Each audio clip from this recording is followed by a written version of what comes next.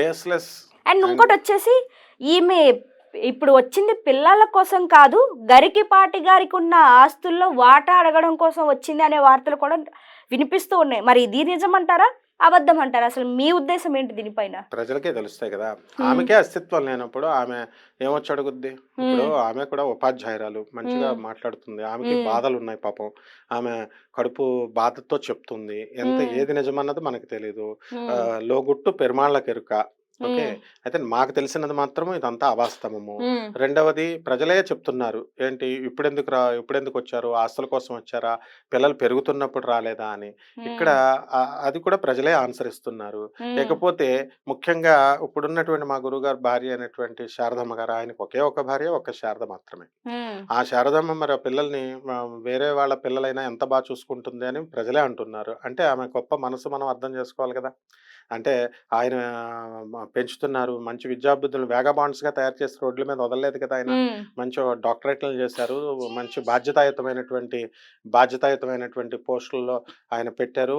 గౌరవంగా వాళ్ళు చదువుకునేలా చేశారు. సంఘంలో గౌరవంగా బ్రతుకుతున్నారు. కాబట్టి ఇవన్నీ సాధించింది ఇప్పుడు శారదమ్మ, గరికపాటి గారి దంపతులు. హ్మ్. ఘన విజయం అది. మరి ఇప్పుడు ఆమెకి ఇప్పుడు ఈ కామేశ్వరి గారికి అభ్యంతరం ఏమిటి? ఒకవేళ మరి వాళ్ళ పిల్లలు ఇప్పుడు అంటే ఏంటి? పుత్రుల ఒకవేళ నిజంగా ఆమె వెర్షన్ ప్రకారం వాళ్ళ పిల్లలే అయ్యుండినట్లయితే, ఆ పిల్లలే వచ్చి కరెక్ట్ చేస్తారు కదా! ఆ అవును. పిల్లలే వదిలేసారంటే, తల్లిని పట్టించుకోవడం లేదు అనంటే ఏంటి అర్థం? అంటే ఎవరిది తప్పు అని ఇందులో అర్థం? అందువలన ఇది వివేకతతో చూడాల్సినటువంటి మోస్ట్ సెన్సిటివ్ విషయం. హ్మ్. ఇప్పుడు అంత పేరు సంపాదించుకున్నారు. గురువుగారి పేరు ప్రతిష్టలు ఎంత అంటే, నువ్వు రోజు చూడు, ఏ వీడియోని చూడు, ఎవ్వరు అందులో మ్యాటర్ ఉండకపోని థంబ్‌నెయిల్స్ పిచ్చి పిచ్చిగా పెట్టినా, అన్నీ గూడా లక్షల్లో వెళుతున్నాయి. అంటే ఏంటి? ఒక్కళ్ళు గూడా నెగెటివ్ కామెంట్ లేదు. ఏదో ఒకటి అర. అంటే ఖండాంతరాలలో అంత పేరు ప్రతిష్టలు, అంత ప్రాణప్రదంగా శిష్యులను తయారు చేసుకున్నటువంటి ఆయన, మరి ఇటువంటి విషయాలకి ఎలా స్పందిస్తారు చెప్పు? వాళ్ళ ఇంటి పక్కన వాళ్ళేమనుకుంటారు? వాళ్ళ ఇంటి ఎదురు వాళ్ళేమనుకుంటారు? వాళ్ళ తెలిసినటువంటి సర్కిల్‌లో ఏమనుకుంటారు? ఈయనకే కాదు మొత్తం అందరికీ.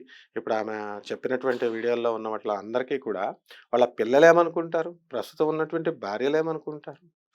ఇవన్నీ కూడా పరిగణలోకి తీసుకోవాల. కాబట్టి చట్టాలు ఇవన్నీ డిఫరెంట్. బట్ హ్యూమన్ సొసైటీ ఏమనుకుంటుంది? ఎందుకని పోనీ వాళ్ళేమన్నా వ్యాపార రంగాల్లో ఉన్నారా? పోనీ వ్యాపారం సంపాదించుకుంటే నా ఇష్టం. నేను నేను అనుకున్నట్టుగా నేను సంపాదించుకుంటాను. ఎవరితో నాకు కేర్‌లెస్‌గా ఉంటానంటే ఒక గౌరవప్రదమైనటువంటి గురుస్థానాల్లో ఉన్నారు. గురువు, గురువు చెప్పింది శిష్యులు వినాలి కదా! విజ్ఞానం రావాలంటే శిష్యులు వినాలి. వినాలంటే గురువు కంట్రోల్‌లో ఉండాలి కదా! అవును. గురువు కంట్రోల్ లేకుండా ఇప్పుడు ఏమవుతుంది? రాముల వారిలాగా అయిపోయింది పరిస్థితి ఇప్పుడు. చాకలి వాడు నేనేమన్నా పిచ్చి రాముడినా? నేను నా పెళ్ళాన్ని వదిలేస్తే నేను ఏలుకోవడానికి అని చెప్తే రాముడు ఆయన మాటిని సీతాదేవిని అడవులకు పంపారని ఉత్తరాఖండంలో మనకు చెప్పబడుతుంది కదా! రామాయణ అవును. ఉత్తరాఖండం. అటువంటి రామాయణ ఉత్తరాఖండమే కల్పితమని జెప్పారు గురువుగారు. గరికపాటి హ్మ్. నరసింహారావు గారు. ఎవరైనా మాట్లాడగారా అలా?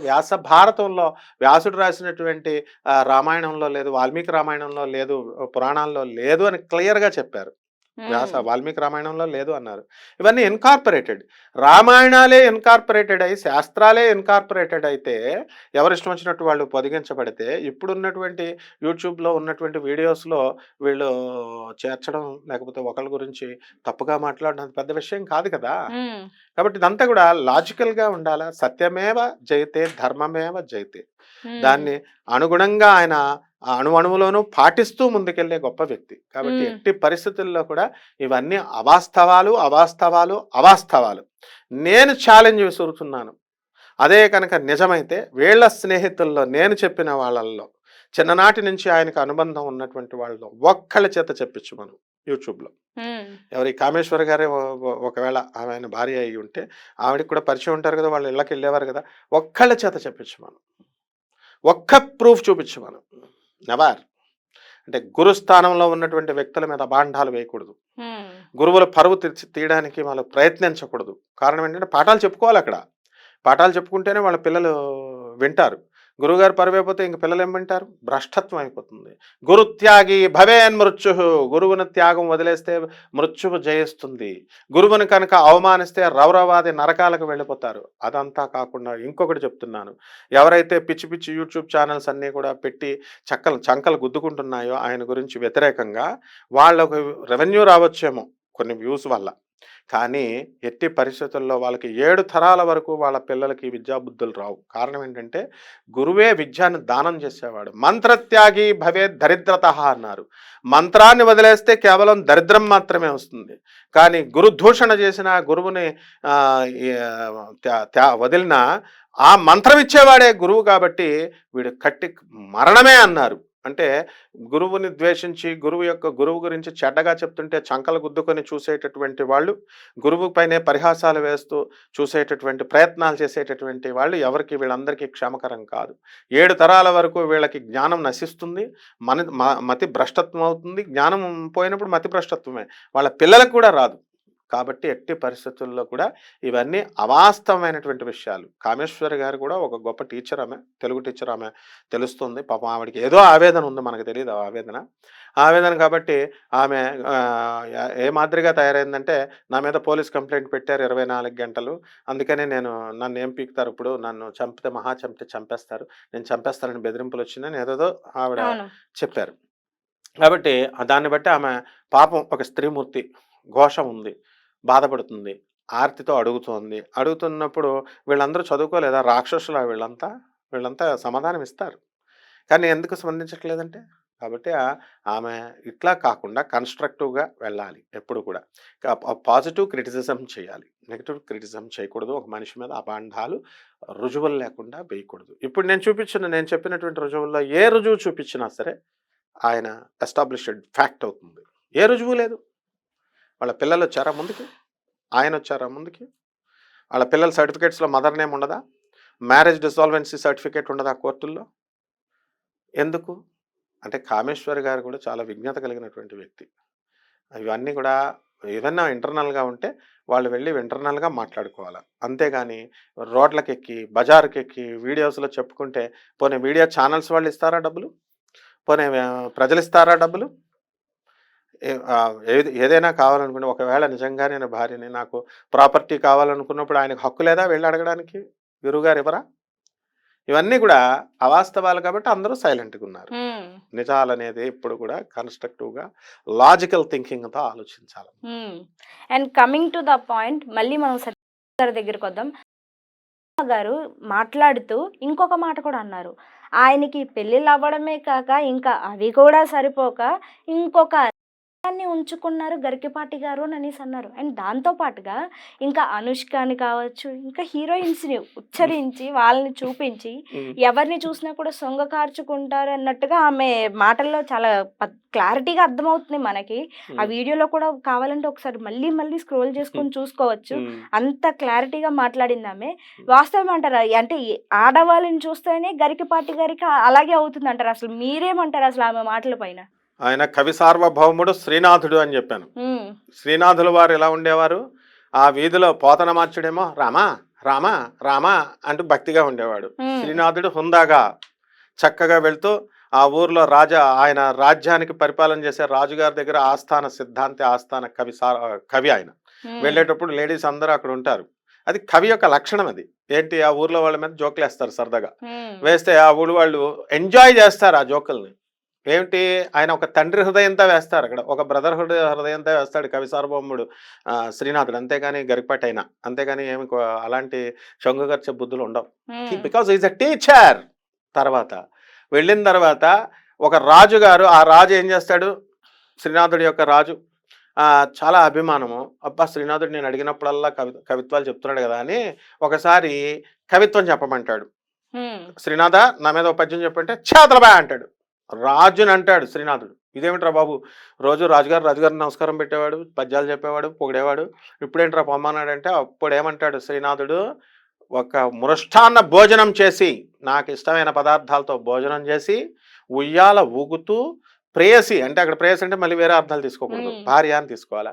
భార్య చిలుకలు అంటే తమలపాకులు ఇలాగా నోటికి అందిస్తూ ఉంటే ఆ ఉయ్యాల్లో సేద తీరుస్తూ ఆ మృష్టాన్న భోజనం తీసుకున్నది ఆ ఉయ్యాల ఊగుతూ చక్కగా ఉన్నప్పుడు అప్పుడు వస్తుంది కవిత్వం. అంతేగాని నువ్వు ఎప్పుడు అడిగితే అప్పుడు కవిత్వం చెప్పంటే వచ్చేస్తుంది అనుకున్నావా అన్నాడు. రాజు అర్థం చేసుకున్నాడు. ఆ విధంగా ప్రజలు అర్థం చేసుకోవాలి. ప్రజలే రాజులు కాబట్టి, బికాస్ దిస్ ఇస్ ప్రజాస్వామ్య గవర్నమెంట్, డెమోక్రటిక్ గవర్నమెంట్, డెమోక్రసీ ఇది. కాబట్టి ప్రజలే రాజులు, వీళ్ళు అర్థం చేసుకోవాలా. శ్రీనాథుడు లాంటి వాడని అనుష్కని సరదాగా సినిమా యాక్టర్ మీద మీరంటే జోకులు వేయచ్చమ్మా, మొత్తం ప్రజలందరూ జోకులు వేయచ్చు. హీరోయిన్ నువ్వు ఇలా ఉన్నావు అలా ఉన్నావని. గురువులు వేయకూడదా? శ్రీనాథుడు వేయకూడదా?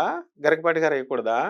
సరదాగా ఇన్స్పైర్ చేస్తారు అంటే వాళ్ళు ఇంకా మంచిగా ఒక కళాకారుడు ఎలా ఉంటాడమ్మా. ఇప్పుడు ఆమె షూటింగ్లోకి వస్తుంది, ఎవరు ఈమె ఎవరు తమన్నా కానీ అనుష్క కానీ వస్తే డైరెక్టర్ అనేటటువంటి వాడు, గొప్ప డైరెక్టర్ అనేటటువంటి వాడు, ఛా నువ్వు ఇలా చెప్పా, నీ ఫీలింగ్స్ సరిగ్గా రాలే, అవుట్ అని అండ ఎప్పుడు కూడా. ఎందుకంటే ఆ రోజంతా డిప్రెషన్ అయిపోద్ది. ఆమె సెన్సిటివ్గా ఉంటారు కళాకారులు. అప్పుడు వాళ్ళు ఎలా చెప్తారు, మా స్మృతి మెత్తగా, వీళ్ళ కళాకారులు రా బాబు, వీళ్ళ మనసు మెత్తగా అని వాళ్ళు పొగుడుతూ జాగ్రత్తగా జోకులేస్తూ అమ్మ చెప్పంటే అప్పుడు ఆవిడకి రావాల్సినటువంటి ఫీలింగ్స్, ఎందుకంటే ఒక టేక్లో రాదు, 4-5 టేకులు వస్తాయి. ఆ టేకుల్లో చక్కగా చెప్తారు. చెప్పినప్పుడు సినిమా ఇదవుతుంది. లేకపోతే ప్రతిరోజు ఫస్ట్ టేక్లో రావాలని లేదు, ఇలా రోజులు వెళ్ళిపోతాయి, వేస్ట్. కాబట్టి గరికపాటి నరసింహారావు గారు ఆ ఉద్దేశంతో సరదాగా అనుష్కాని కానీ సినిమా యాక్టర్లను కానీ ఏదన్నా జోకులేస్తే దానికి మనము తప్పు పట్టకూడదు. సొల్లు కార్చుకోవడం ఏమిటి? ఆయనకి సొల్లే లేదు, ఆయన సొల్లే కొట్టడు. ఆయన నోటి నుంచి మాట్లాడేది ప్రతిది మాట నిజం. సత్యమేవ జయతే, సత్యం ధర్మం, సత్యం జ్ఞానమనంతం బ్రహ్మ, సత్యం జ్ఞానమనంతం బ్రహ్మ, సత్యం జ్ఞానమనంతం బ్రహ్మ, సత్యం జ్ఞానమనంతం బ్రహ్మ, సత్యం బ్రహ్మ, జ్ఞానం బ్రహ్మ, అనంతం బ్రహ్మ. ఆయన పరబ్రహ్మ స్వరూపుడైన ఏ గురువైనా సరే హరిహర హిరణ్యాత్మక స్వరూపుడైనటువంటి దత్తాత్రేయుడు అవతారం. గురుస్వరూపంలో ఉన్న దొంగ బాబాలు, దొంగ స్వామీజీలు వచ్చి మేము దత్తాత్రేయ అవతారాలంటే మీరేమో ఒప్పుకుంటారు. జ్ఞానాన్ని బోధిస్తూ ఆయన సత్యాన్నే మాట్లాడు, ధర్మాన్నే ఆచరించు, ఆ తర్వాత అనంతుడమైనటువంటి ఆ జ్ఞానాన్ని మీకు ఇస్తుంటే దత్తాత్రేయ స్వరూపుడి మీదే మీరు నిందలు వేస్తారా? మళ్ళీ రౌరవాది నరకాలు ఉంటాయా? మళ్ళీ పుట్టు ఇది ఉంటుందా? ఉండదు. కాబట్టి ఆయన బోధించే ప్రతిదీ ఆచరిస్తాడు. ఆయన విద్యాసాగర్ లాంటి వాడు. విద్యాసాగర్ అంటే ఎవరు? ఒక తల్లి కలకత్తాలో విద్యాసాగరుడు ఆయన దగ్గరికి అందరూ వచ్చేవారు. మా పిల్లాడు స్వీట్లు తింటున్నాడండి అని వస్తే అందరూ అమ్మ బాబు తినకమ్మా అని చెప్పేస్తాడు ఆయన. 15 రోజుల తర్వాత రమ్మంటాడు ఆయన చెప్పకుండా. 15 రోజుల తర్వాత మళ్ళీ పిల్లోడిని తీసుకొని వస్తే బాబు స్వీట్లు తినకమ్మా అని అప్పుడు చెప్తాడు. అప్పుడు అడుగుతుంది తల్లి, ఏమిటండి ఇలాగా అప్పుడే చెప్పొచ్చు కదా, నేను అనవసరంగా బోల్డన్ని కిలోమీటర్లు 100 కిలోమీటర్లు దాటి వచ్చాను అంటే టైం వేస్ట్, డబ్బులు వేస్ట్, శ్రమ వేస్ట్ కదా అని అడిగితే తల్లి, ఆ రోజు నేను తింటున్నాను స్వీట్లు, నేను కూడా తింటూ నేను నీతులు చెప్పలేను. కాబట్టి నేను మళ్ళీ ఎప్పుడు ఇవన్నీ మానేసిన తర్వాత అప్పుడు నేను నాయనా నువ్వు తినకు అని చెప్పాను అని చెప్పాడు. అంటే గురువులు ఎవరైనా ఆయన ఒక్కళ్ళే కాదు, బోధించిందే చెబుతారు, సత్యాన్నే చెబుతారు, వాళ్ళు ఆచరిస్తేనే చెబుతారు. ఇది గురుతత్వం. కాబట్టి ఇప్పుడున్నటువంటి యూట్యూబ్ ప్రపంచంలో, తెలుగు స్పిరిచువల్ వరల్డ్లో ఆణిముత్యాలుగా ఉన్నటువంటి ధర్మ ప్రబోధకులు వాళ్ళ కమర్షియల్ వాల్యూస్తో చెప్తున్నారా, లేకపోతే ఏ రూపాయిని ఆశించకుండా చెప్తున్నారా అనేది ప్రజలందరికీ తెలుసు ఎవరు చెప్తున్నారన్నది. కాబట్టి అటువంటి వాళ్ళ మీద మనం నిందలేస్తే తప్పు కదా. కాబట్టి ఎట్టి పరిస్థితుల్లో కూడా ఆయన ఇవేమీ చేయలేదు. ఓకే. అండ్ ఇప్పుడు మనం ఇంకొకరి గురించి మాట్లాడుకుందాం. వడ్డిపత్తి పద్మాకర్ రావు గారు. ఆయన గురించి ఎవరికి కూడా చెప్పాల్సిన అవసరం లేదు, ఎందుకంటే ప్రతి ఒక్కరికి ఆయన తెలుసు. అయితే ఈమె మాట్లాడుతూ ఏమన్నారు అంటే, ఆయన భార్యకి మగపిల్లలు లేరు, మగపిల్లలు లేని కారణం చేత ట్రైబల్ జాతికి చెందిన ఆమెని తీసుకువెళ్ళి మాయమాటలు చెప్పి ఒక చోట పెట్టి కడుపు చేశారు అని మాట్లాడింది ఈమె. వాస్తవమే అంటారా? అది కడుపు చేయడమే కాదు, ఆ రోజుల్లోనే ఆ కడుపును తీయించడానికి దాదాపు 1,00,000 రూపాయలు ఖర్చు పెట్టారు ఆ రోజుల్లోనే. అంటే ఏ రోజుల్లోనో కూడా మనకు అంతగా తెలీదు. ఉమ్. అంటే ఆమె ఆ రోజుల్లోనే ₹1,00,000 అని చెప్పారంటే, మనం ఇంచుమించు 2016, 15 ఇంకా ఈ వెనక్కి వెళ్ళొచ్చంటారా? అసలు ఏంటంటారు ఆమె మాటల్లో ఉద్దేశం? అసలు ఆ వీడియో ఆమె మాట్లాడితే కదా, అది హ్మ్. ఫ్యాబ్రికేటెడ్ అది. ఫ్యాబ్రికేటెడ్ అని ఎలా చెప్తారు? ఆర్టిఫిషియల్ ఇంటెలిజెన్స్ వచ్చినప్పుడు అట్లా వచ్చేస్తాయి. ఎలా చెప్తాను. చెప్తారు అలాగా? చెప్తాను. హ్మ్. చెప్తాను. అది కూడా చెప్తా. ఆమె మాట్లాడితే పాపం ఇప్పుడు కొత్తగా సత్యభామ సిస్టర్ మంచి మనస్సున్నది. ఒక హ్మ్. స్త్రీమూర్తి ఆమె. ఇప్పుడు వీళ్ళ మీద కోపం ఉందనుకుందాం. వీళ్ళ మీద కోపం ఉంటే వీళ్ళని అంటుంది పర్సనల్‌గా. ఆమె ఎవరినైనా సరే తొడగొట్టి అడగగలదు. హ్మ్. అడుగుతది కూడా. మరి అటువంటప్పుడు ఇక్కడ వీళ్ళని ఒక ఆడపిల్లకి ద్రోహం చేయదామె. ఇప్పుడు వీళ్ళు ఆయన కడుపు చేసేసాడు. ఆమె మళ్ళీ కడుపు తీపిచ్చేసుకుంది. ₹1,00,000 ఇచ్చి వదిలించుకున్నారు. అది ఏదేదో చెప్తున్నారు గదా! ఆమె కాపురం పోతుంది గదా! ఆమె అంత అజ్ఞాని కాదు గదా! కాబట్టి ఒక స్త్రీ యొక్క జీవితాన్ని ఏ గురువు కూడా పాడు చేయడానికి ప్రయత్నించరు. కాబట్టి సత్యభామ కూడా ఒక గురువే. ఎందుకంటే నవనిర్మాణం చేస్తుందామె. నవ సమాజ నిర్మాణం, వసుదైక కుటుంబం. వీళ్ళంతా ఫ్రెండ్సే మళ్ళీ. ఇప్పుడు ఇప్పుడు సత్యభామ గారు ఎవరో వాళ్ళకి తెలియకుండా ఉండదు. వాళ్ళెవరో ఈమెకు తెలియకుండా ఉండదు. అందరూ తెలుసు. ఒకళ్ళకొకళ్ళు తెలుసు.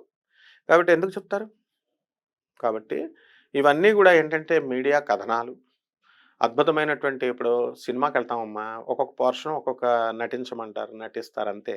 కాబట్టి ఇది కూడా అవాస్తవం. ఎందుకంటే వద్దిపత్తి పద్మాకర్‌రావు గారు ఆయన మరి ఇంతమంది భక్తులున్నారు. ఇంతమంది జనం ఉన్నారు. ప్రణవ పీఠం ఉంది. ప్రణవ పీఠం నుంచి ఒక్క శిష్యుడికైనా సరే బయటకొచ్చి చెప్తే మనం నమ్మొచ్చు. కొన్ని లక్షల మంది భక్తులున్నారు ఆయనకి. వేల మంది భక్తులున్నారు. ఈ కీర్తి ప్రతిష్టలు ఎవడికి కావాలా? వాళ్ళ కీర్తి ప్రతిష్టల కోసం ఏ రోజు కూడా శ్రమించలేదు వాళ్ళు. ఈ ఈ ఈ యొక్క గురువులెవరు కూడా నాకు కీర్తి ప్రతిష్టలు రావాలి అని ఎప్పుడూ వీడియోలు చెప్పలేదు. అసలు గరికపాటి నరసింహారావు గారికి పద్మశ్రీ అవార్డు వచ్చింది వీడియోలు చెప్పడం కోసం కాదు. ఆయన టీచర్‌గా ఆయన అంచెలంచెల సేవలు చూసొచ్చారు. అలాగే వద్దిపత్తి పద్మాకర్‌రావు గారికి భక్తులందరూ మరి పాదపూజ చేస్తారు ఆయనకి. ఎందుకు చేస్తారు? ఆయనకి ఆయనలో గురుత్వం చూసి. గురువెందుకు తప్పు చేస్తాడు? గురువెందుకు కడుపులు చేస్తాడు? గురువు జ్ఞానాన్నిస్తాడు. కడుపులో ఉన్నటువంటి అజ్ఞానాన్ని తొలగిస్తాడు, వైషమ్యాలను తొలగిస్తాడు, విషాన్ని తొలగిస్తాడు. కడుపులో పెట్టుకున్న కుళ్ళు, కుకుత్సాన్ని తొలగిస్తాడు. కాబట్టి ఎట్టి పరిస్థితుల్లో ఇది కూడా వాస్తవం.